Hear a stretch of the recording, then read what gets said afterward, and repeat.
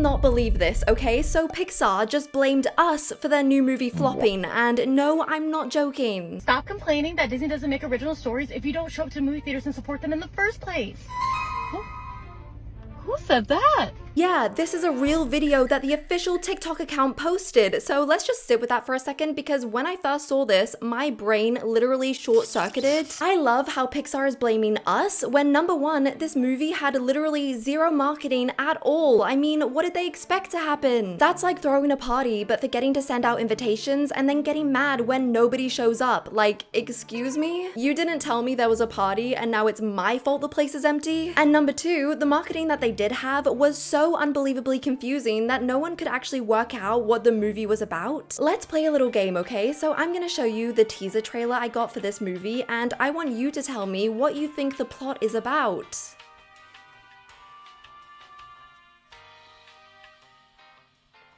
What on earth was that? No, seriously, can you please tell me one thing that actually happened in that trailer? And that's what they're using to try and push people to buy tickets. No wonder no one showed up to watch. Pixar used to be the gold standard of animation, the studio that was known for its creativity and heartfelt stories. People cried over toys, over rats in kitchens, over robots who couldn't speak. Pixar, you were one of the founding fathers of animation. You know exactly what it takes to make a critically acclaimed movie, so when you release an original movie, your first in a while, and it doesn't do well, doesn't that mean that maybe, just maybe, it's a little bit on you? Because let me be clear, Elio was not doomed because people hate original stories. People love original stories. We crave them. What we don't love is being force-fed something half-baked, barely marketed, and then scolded when it doesn't become a hit. The craziest part of all of this is that Elio is actually a decent movie with a great story. A lonely boy who gets mistaken for Earth's ambassador by an alien civilization. That sounds amazing. It's got heart, adventure, imagination, classic Pixar DNA. But you wouldn't know that from the trailers, or the posters, or the practically non-existent hype around it. It's hard to explain, but you could just feel that Pixar didn't care about this movie. It felt like an obligation, like they were just doing the bare minimum to say, see, we do original stuff, your move. But the audience didn't move because no one told them why they should. And that's the part that both frustrates me and scares me, because instead of asking, oh, why weren't audiences interested in this movie, they turned around and said, well, we tried. Guess you don't want anything new. Which terrifies me because I feel like this attitude means that Elio might be Pixar's last original movie. But what they don't seem to understand is that we do want new original stories. In fact, we are desperate for them. But we're not just gonna show up because your logo's on it. That might have worked in 2007, but it's 2025 now. You have to actually put effort in if you want people to show up and support you. Look what's happening around you. There are original animated movies making waves now. The Wild Robot stole people's hearts. K-pop Demon Hunters is the #1 film on Netflix. These movies are doing what Elio should have done, so maybe the problem isn't the audience. Maybe the problem is a studio that forgot how to make people care. So today, we're diving deep into what really happened with Elio, because what people don't understand is that this goes far deeper than just a simple marketing fail. Behind the scenes, things got messy, from Pixar's offensive changes to the original director walking away from the project entirely. And not only that, we're gonna unpack Pixar's new strange attitude towards its audience and the rise of the bean-mouth animation style that's sucking the uniqueness out of every character design. And if they don't fix something soon, Pixar isn't just gonna lose its audience, it's gonna lose its identity.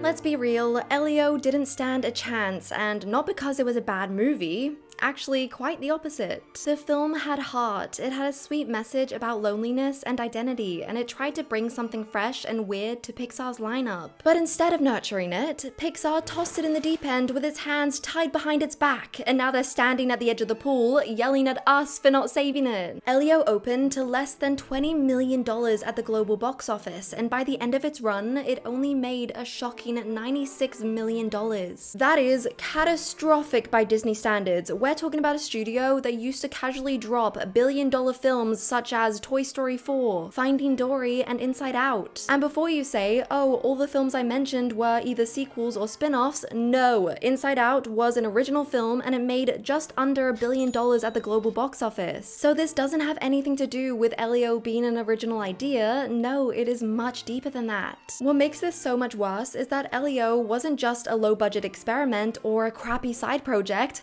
No, the film cost a whopping $200 million to make. $200 million! For context, DreamWorks' The Wild Robot had a budget of $78 million and made over $333 million at the box office. Even Inside Out's budget was lower at just $175 million. So what exactly did Pixar spend this $200 million on? Because it sure as hell wasn't the marketing. I am not exaggerating when I say that the average person didn't even know this movie existed. There was no consistent campaign, no big premiere, no influencers promoting the movie, nothing. And this is Disney we're talking about, okay? They have the budget to get this film everywhere if they wanted to. And the promotional material that they did release was just confusing. Just look at this ad I got on TikTok telling me to buy tickets. Seriously, what am I supposed to gather from this? Because to me, it just looks like this boy is hanging out with this weird slug creature. There is no message, no hook, no reason to care. And if you're gonna ask people to spend their money on something, especially when less people are going to the movies, you need to give them a reason to come. That is basic marketing, and Pixar just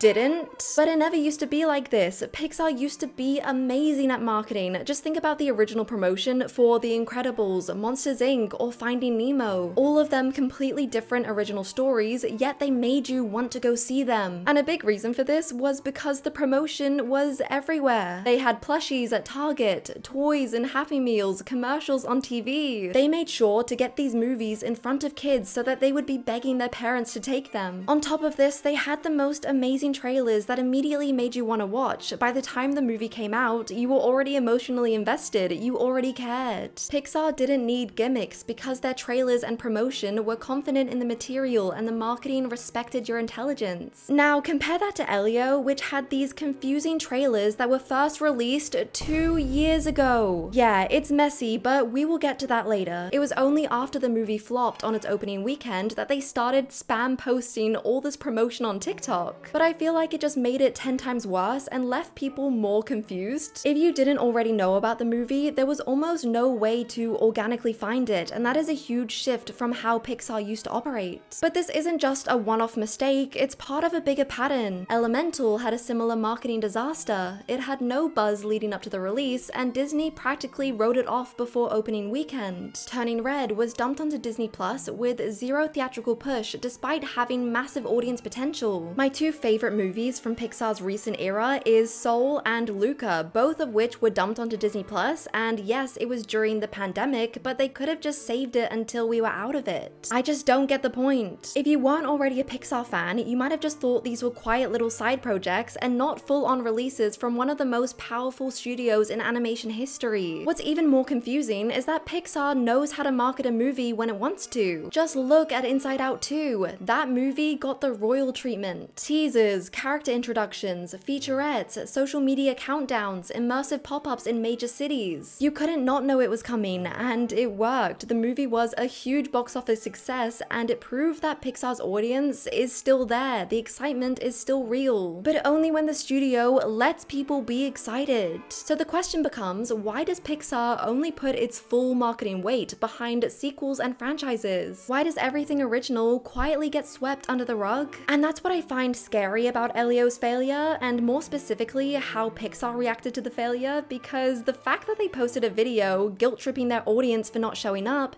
it really rubs me the wrong way. I don't know, I just get this eerie feeling that they kind of wanted it to fail, and I know that's a bit of a reach, but just hear me out on this. So of course, we all know that these big companies have found the ticket for billion-dollar success. Just continue to make sequels, remakes, and spin-offs. This requires very minimal effort in both the character and story designs, but also in a marketing sense. Whilst this is a smart business move, audiences are getting pretty fed up with it. I mean, these are companies who whose legacy was built on original stories. When Toy Story launched in 1995, no one knew what to expect. When WALL-E came out, people were shocked that you could make a kids movie with almost no dialogue. Coco had no existing IP and still became a global phenomenon. And I don't have a problem with sequels when they're done well, like Toy Story 2 and Toy Story 3, and on top of that, they're also mixed in with all these original movies, so you get a mix of everything. So for longtime fans who are used to that type of content, this new change has become exhausting. And here's where my little conspiracy theory brain comes out, because I feel like Disney and Pixar are well aware that we are fed up of their cash grab sequels and remakes, so every now and then they will strategically release a new original movie, but either plop it straight onto Disney Plus or put it in theaters with almost zero promotion. And that way they can do exactly what they did with Elio and say, well, we gave you original movies, guess you didn't want them. It kind of reminds me of a manipulative boyfriend who gives you the bare minimum with a half-assed apology and then gets mad at you when you won't accept it. Part of me wonders if they let it flop on purpose just so they'd have an excuse to abandon original ideas and solely put out existing IP from now on. But hey, don't sue me. But anyway, back to Elio, a film Pixar quietly swept under the rug, but what they couldn't hide quite so well was the behind-the-scenes drama surrounding the movie. Because what's a recent Disney movie without some drama? Elio was originally created by Adrian Molina, a proud gay Latino creator who is known for co-directing Coco. And if you know anything about Coco, you know it's one of Pixar's most emotionally rich films to date. Molina poured so much of himself into Elio, and it was a deeply personal film for him, a love letter to outsider kids, to queer kids, to kids with big imaginations. Elio was sensitive, creative, a little weird, and proudly uncool. There were also subtle hints at queerness in the character, like posters of male celebs in his room and some of his outfits, but nothing preachy or over-explained. It was only there if you really looked. On top of this, the character of Elio had gentle qualities, and this was because the director didn't want to create a character who had to toughen up to be a hero. He just had to be himself. The story was inspired by the director's own childhood, and he put a lot of heart into it. But sadly, all that heart was about to be ripped out. In 2023, Pixar held a test screening for Elio, which didn't go how they expected. Audiences found the film pretty average, and when they were asked if they would actually spend money to go and see it, the overwhelming answer was no. That kind of response is rare. I mean, even bad Pixar screenings usually get some kids excited. The feedback completely shook the studio, and instead of stepping back and asking why didn't it land, they went into full panic mode. Pixar's chief creative officer, Pete Docter, reportedly met with Molina not long after, and sources say that that meeting didn't go well. He asked Molina to make Elio less eccentric, more traditionally masculine, and easier to market. Basically strip everything that made Elio unique. Molina, who had spent years shaping the story and character, was devastated, and it didn't take long for him to leave the project altogether. I have to add that no one actually knows whether he left the project on his own terms or he was fired. If I had to guess, I would say it was probably somewhere in the middle of that. From that point on, Elio stopped being a personal story and became a studio product. What followed next was a creative scramble. Pixar handed the movie over to Do-Mi Shi, who directed Turning Red, and Madeline Sherifian, who worked on Burrow and Elemental. Both incredibly talented, but they were being asked to take someone else's vision and fix it without really being able to rebuild it from scratch. With the movie being mostly animated at that point, this made it an extremely difficult challenge. Things got so much harder when the voice of Elio's mum, America Ferrera, dropped out of the project due to scheduling conflicts. Although, some sources say that the real reason she left was in solidarity with the director leaving. What makes this situation so complicated is that America's voice and character is in the original trailer, which came out in 2023, so they needed to come up with a way to replace the character fast. They ended up casting Zoe Saldana for the part, but they changed her role to be Elio's aunt instead. But this simple switch completely changed the original emotional core of the story. What was supposed to be about a single mom raising a soft, imaginative son was changed into a much less emotionally driven story. I really have no idea why they thought this change would make people connect more to the story, but okay? What these new directors had to do was essentially just reshape everything that was already there by cutting out some scenes and changing character dynamics until it was considered safe. So the original trailer came out in 2023 and the movie was scheduled to be released in March of 2024, but because of these insane setbacks and changes, the movie was rescheduled to be released in June 2025. Over 2 years since the original trailer was released. To make matters worse, these delays cost the company a whole lot of money. While Pixar officially claimed Elio to cost around $150 million,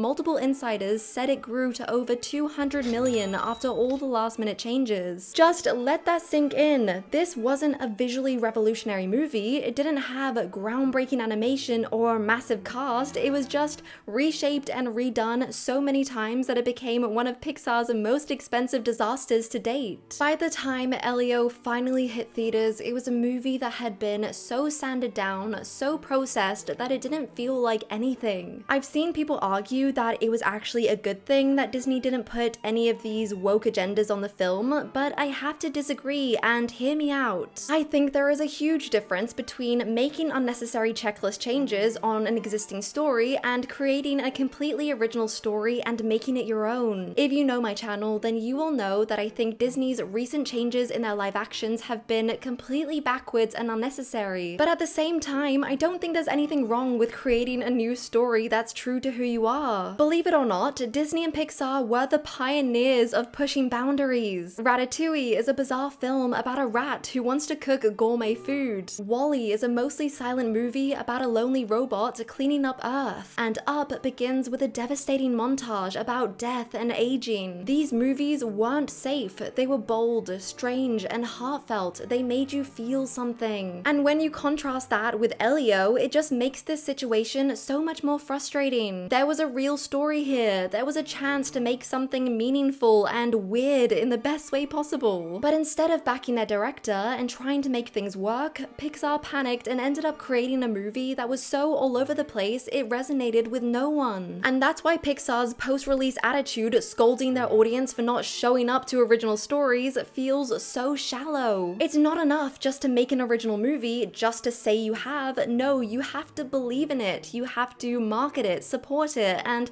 most of all, you have to not gut it halfway through production and expect it to still be a hit. The failure of Elio wasn't the audience's fault. It was the studio's. But even if they kept Elio's original vision intact, even if the marketing was flawless and they actually believed in the story they were telling, there's still one unavoidable issue. And that is Pixar's recent god-awful animation style. You don't even need to see the logo anymore to know it's a Pixar movie. One look at the characters, the same smooth skin textures, the rounded cheeks, the oddly bean-shaped mouths, the oversized eyes, and it's like your brain just knows. These characters look so much alike that it's actually crazy to think that they're from different movies. Back in the early 2000s, Pixar had a visual identity that felt so groundbreaking. Their animation wasn't just technically impressive, it had depth. Every movie looked so unique, and it was clear that they all had their own identities despite being made by the same company. You would think with the improvement of technology, it would be so much easier to come up with new designs for their characters, but instead they just keep hitting copy and paste. Elio's character models are practically identical to those in Turning Red and Luca. Same general proportions, same expressive but simplistic facial features, same rubbery movement. And yes, some people are gonna argue that all of Pixar's new characters are humans, so of course they're gonna look the same, but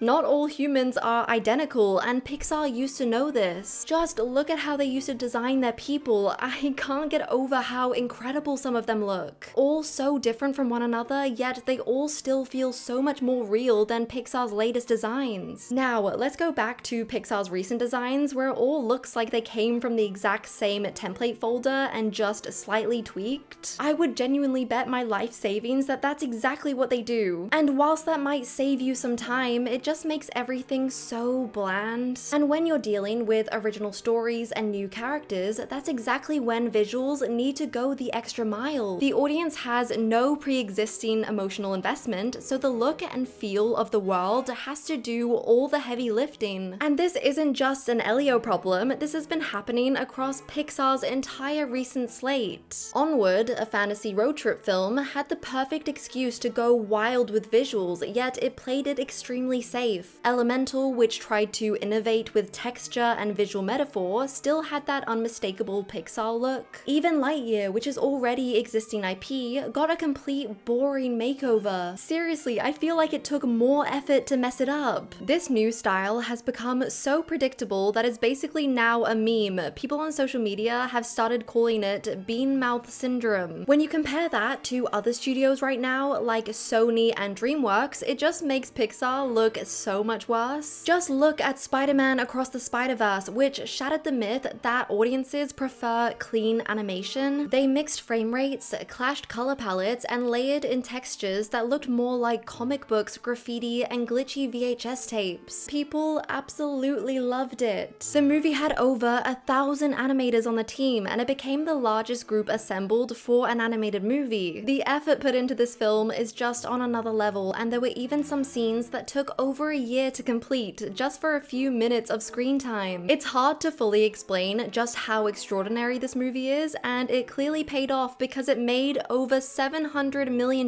in the box office. Do you want to know how much the budget was? $100 million.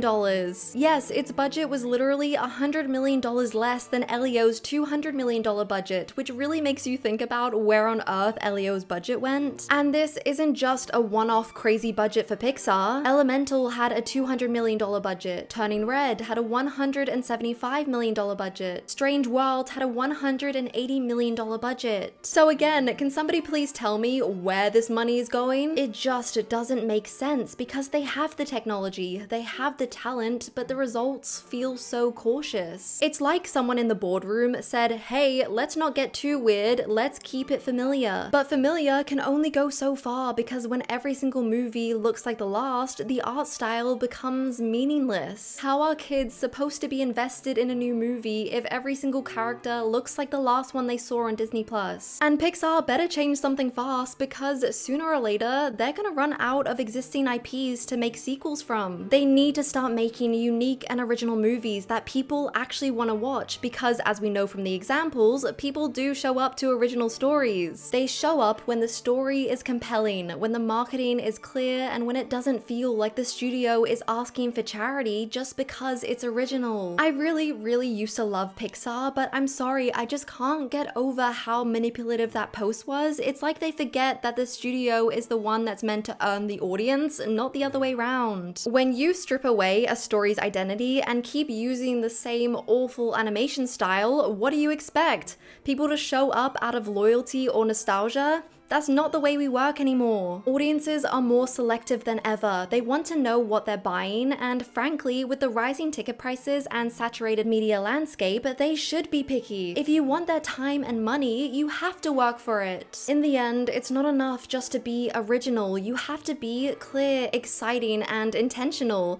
You have to believe in your story enough to stand behind it and sell it, not with guilt, but with passion. Pixar used to be the gold standard for that, a studio that could take the weirdest idea and make you cry in a crowded theater. A movie that has always stuck with me is Monsters, Inc., a story of two monster best friends who work for an energy company that requires them to scare children. The premise is so bizarre on paper, and yet it turns into one of the most heartfelt stories ever told. It's creative, it's complex, and it hits you right in the chest, which is exactly what a good original story does. And Pixar used to pump out one of these bad boys every single year, so I don't understand what happened. People want new stories, they want new voices, they want to be surprised, but they don't want to feel guilt-tripped for not buying a product when it wasn't introduced to them in the first place. So my question is, will Pixar go back to what they knew best, or will they keep playing it safe until the magic goes completely? Only time will tell, but one thing's for sure,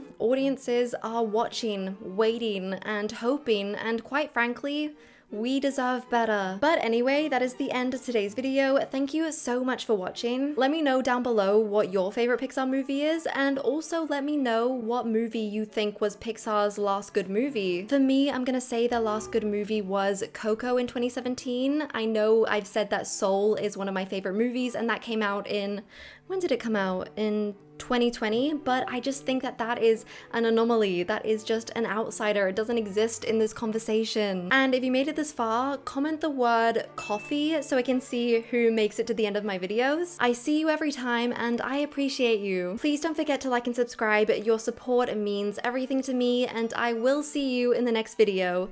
Bye!